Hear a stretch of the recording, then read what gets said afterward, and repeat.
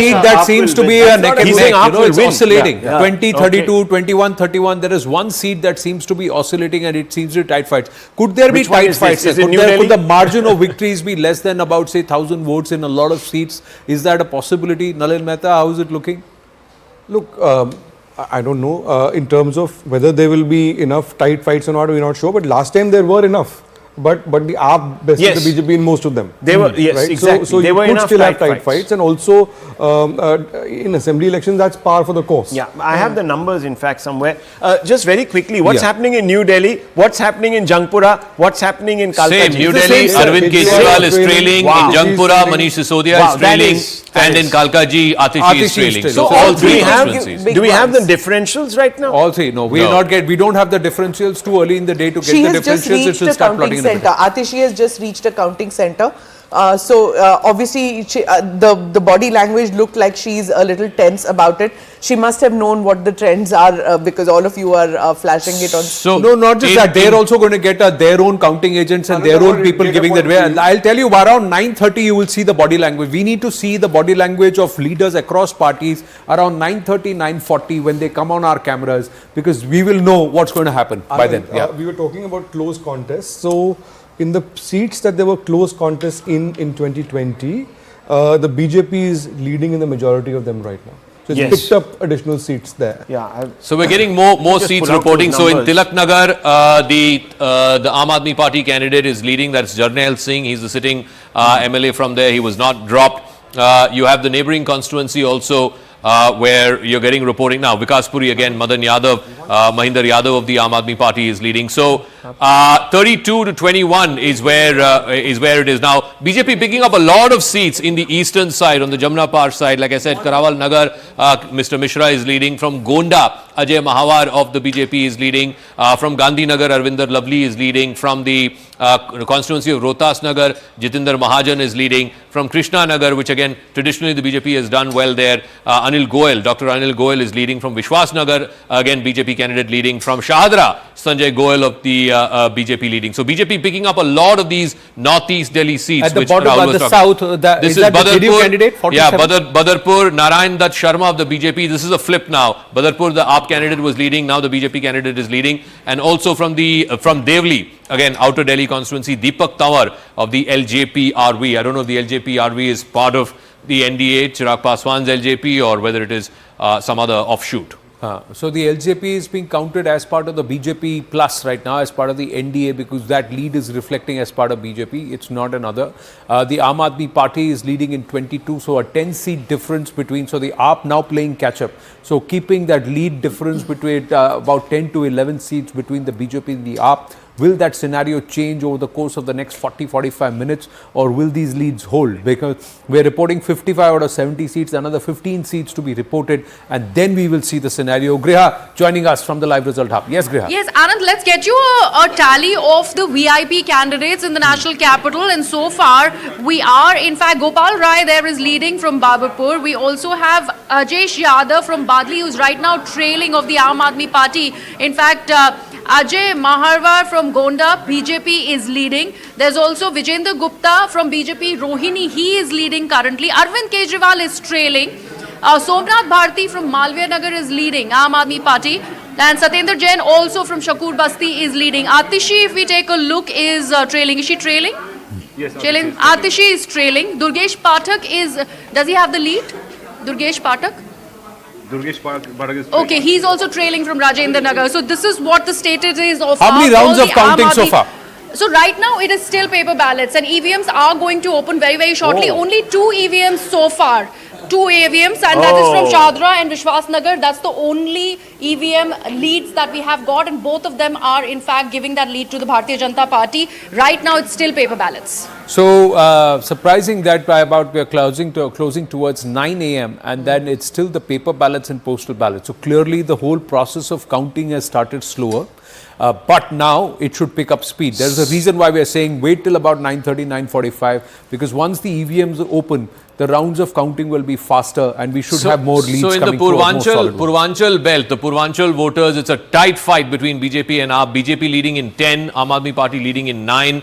I think the Purvanchali voters will also hold a key in at least 20 of these constituencies that are reporting so far. And like I said, it's an absolute neck and neck there, 10 to the BJP and 9 to the Aam Aadmi Party. We have more seats reporting from South Delhi. You have Tughlakabad, where the AAP candidate is leading. You have Okhla, where Amanatullah Khan is leading. But in Badarpur, Narayan Dutt Sharma of the BJP is leading. In Sangam Vihar, again, Chandan Kumar Chaudhary of the BJP is leading. We talked about the LJP candidate. From Malviya Nagar, Somnath Bharti leading. From RK Puram, Anil Sharma of the BJP is leading. So the BJP picking up seats in a lot of areas where it had never opened its account. A lot of regions of Delhi where it had never opened its account. Let's go back to Northeast Delhi. Again, a flip there. Gokulpur, now the AAP candidate is leading in Gokulpur. Also in the neighbouring constituency of Simapuri, again a flip there. The AAP candidate is leading. In Babarpur, Gopal Rai seems to be sitting pretty. But BJP also has a lot of pickups in Northeast Delhi. Rohtas Nagar, BJP leading. Shahadra, BJP leading. Vishwas Nagar, BJP leading. Krishna Nagar, BJP leading. And of course, Kapil Mishra's seat, Karawal Nagar, BJP leading. Satyendra Jain? Satyendra Jain is Shakur leading in Basti. Shakur Basti. Shakur Basti Satyendra Jain is continues leading in Shakur Basti, and Raki Birla is leading in the neighbouring constituency of Madhipur. So Also those are Vijendra Gupta, he's another VIP candidate. Rohini. Vijendra Gupta is also leading in the seat of Rohini, where of course he is the leader of the opposition. But this is Avadoja is postal not brought ballots. out, It's I'm been sure. confirmed that these are still postal Postal ballots in about EVMs three, open, two or now I'm given to understand 3 counting centers, EVMs counting I just has want to begin- bring a has statistic into begun. this. You know, Yeah. yes, of course, 2020. If you look at the top line numbers, the AAP surged 63 seats or so, but there were 16 very tight fights, Okay. 10% or less. And you know, in an assembly election, 10% is not much. Much. So remember that it wasn't the one-way sort of cakewalk that it was sort of thought to be. So 16 seats is a hell of a lot.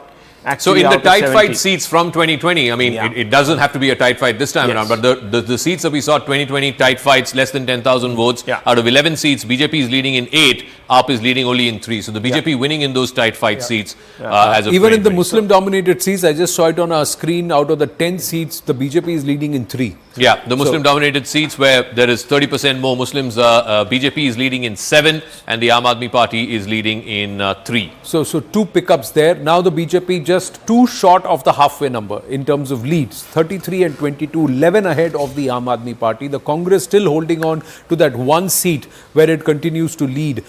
So EVM round of counting has begun in some of the counting centers. Now each of these counting centers are representing at least 4 to 5 assembly constituencies. So that's why the leads will start coming through for multiple assembly constituencies from the same counting center, and it should happen faster. The estimate or the understanding is it's 9 a.m.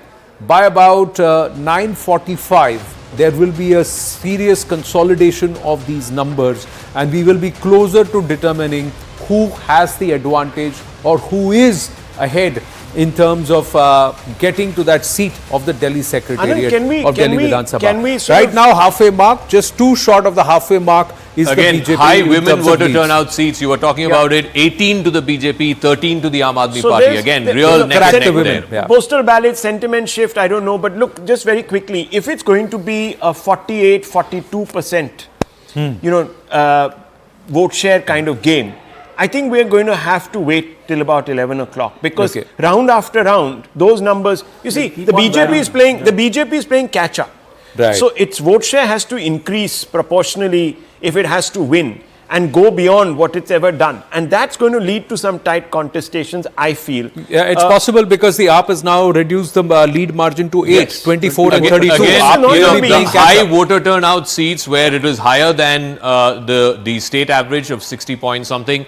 16 seats are reporting again neck and neck. AAP at 8 and BJP at 7. I mean, it could well be an election like we saw in Karnataka, for example, at the assembly level, where many seats went to the Congress, but the margins were, not as expansive Yeah. as other binary states where there are just 2 parties. So it's After 3 hours or so. because then no exit poll gave the AAP less than 42% of the vote, which Yeah. means that there is going to be a fight, whichever way we look at it. Yeah, It's but going to be a that close also looks like all pollsters have said there will be a 12% slide in vote share. True. For the But because for the Aam Aadmi Party. Chhattarpur, Yeah. Chhattarpur, again, outer constituency, Brahm Singh Tanwar of the Aam Aadmi Party is leading. Dearly, where the LJP candidate is leading, now it is flipped. The Aam Aadmi Party candidate is leading. So, Chetan, Those may be the famous last words, but I think this is far closer than what we think. But let's see. It's early days yet. It's still 13 seats still to be plotted. They have not yet started. The numbers have not started coming for 13 seats. 13% was the average difference, right, in vote share. So even if the AAP starts coming down in a particular round, you know, we could be led by exuberance by thinking, oh, the BJP is gaining. It may not be. It might just be a temperance of the AAP's numbers, but it doesn't mean that the correct, AAP is because out of the race. there are many who believe that the AAP may not have a runaway victory like it did in 2015 and 2020, but they may just be past the post. They may be first past the post and they may come around 39, 40 seats. There are many who have estimated that this is a possibility on ground, given the fact that there is not too much of a difference in the vote share. So, like Pradeep Gupta of Axis My India said, that unless there is a 5 to 6% difference in the overall vote share, 42 and 48% situation, unless that happens, runaway victories is a little difficult to see. Nalin Mehta is making some calculations there. What's your insight? What are you looking at? Is this reflecting the Lok Sabha performance of the BJP This is knocked on to the assembly constituencies? When I'm looking at the Lok Sabha leads, this is actually better than that. Because what we are seeing is that the BJP, when you're projecting the exact constituencies, BJP had about 54% of the vote in the Lok Sabha election, AAP had about 19%. But when in these leads that we have right now, when you project those onto the Lok Sabha leads, the BJP is 18 plus, is leading in 20. We have 41 such leads right now. Correct. Out of those, BJP is leading in 25, AAP in 15. But in those BJP 25 leads, 18 are seats it was not leading in the Lok Sabha election on. Okay. Also, if you were to look by income, middle class seats, the BJP is leading up 16 to 8. I think that's a significant one. Yes. The middle class seems to be have voted for the BJP quite in a big way. In the lower classes, though, it is the Aam Aadmi Party which has a slight edge, 13 to 10. So we're going neck and neck here right now. In the lower classes, the Aam Aadmi Party seems to be holding on to its vote bank, but in the middle class, the BJP is leading.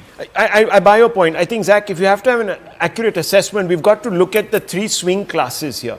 And we've got to keep monitoring the clusters to see if there are changes. If there are dramatic changes happening there, then there is something obviously happening on the ground. Rahul, the map that Zaka is showing on the wall, it shows that people across all kinds of classes and castes seem to have voted for either the AAP or the BJP, but the BJP has managed to get a footprint in all areas, even places that we think that, you know, okay, but this is an that going AAP to necessarily translate into seats? You see, it might be streaking ahead, might be doing much better, it might be closing the gap. But it has a huge gap to close. That's so if they pull issue. this off, it is going to be a dramatic victory. I mean, this will be a colossal victory for the BJP, reducing 13%. I mean, you know, these are things that don't happen generally.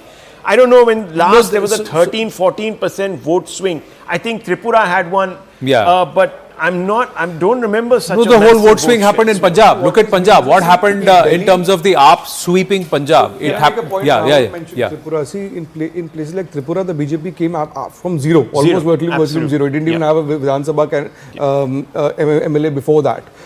In Delhi, the BJP was one of the early poles of Delhi politics from 1993 onwards. The early Jansangh always had roots in Delhi because of the partition refugees who came in and so on and so forth. But it's not been in power here for more than a quarter of a century, for the last 25 years plus. But even in the last 25 years, the BJP's vote share has never fallen below 30%. So it's between 30 to 40%. The difference is that in the Lok Sabha elections, people always vote for BJP, but in Vidhan Sabha, they haven't.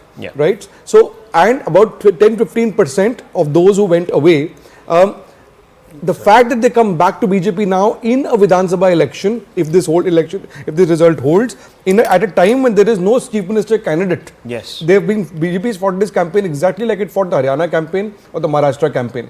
Then it tells you something. It tells you something fundamentally shifting in the politics of the city.